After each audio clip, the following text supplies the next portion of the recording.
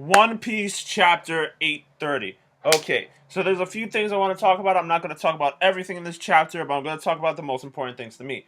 First, we go into a flashback of what was going through Jinbei's mind before he came to Whole Cake Island. He really wants to separate his ties with Big Mom and side with Luffy. Like, he feels that Luffy, and like most people, feels that Luffy is going to be the next Gold Roger. He's the Gold Roger of this generation. They don't know he's the main character. We know that, but they feel just because of everything that he's done and the kind of person he is that he's going to be the next Gold Roger.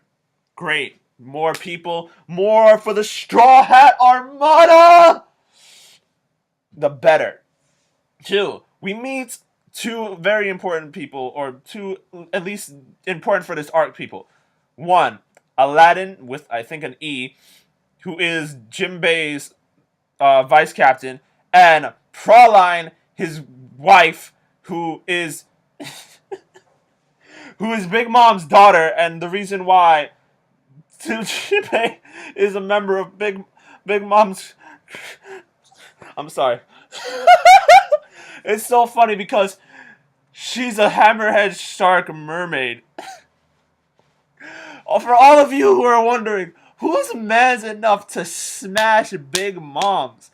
Apparently, fishmen are ants enough. Oh my god.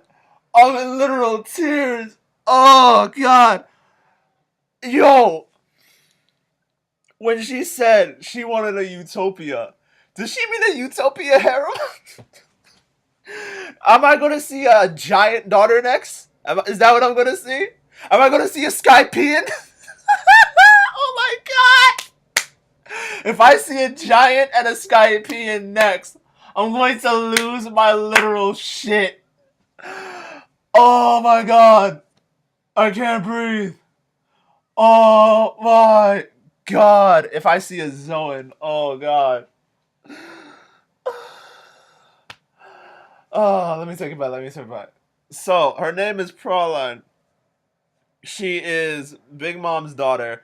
And apparently, if Jinbei decides to cut ties with her, she's going to side with Jinbei because she loves her husband that much. I respect it. I like her design. She's pretty cute to me. But moving on from that, she says that no one who's ever uttered the words, "I'm leaving the crew, leaving the alliance with Big Mom," has ever lived to the next day. Jinbei's life is beyond in danger. So, we go back to present day in her palace, and we see her, and she decides she has a wheel of misfortune, just spinning it to the side what sacrifice he's going to have to make in order to leave the crew. And it's weird because if that's how she decides, there are options that don't result in death.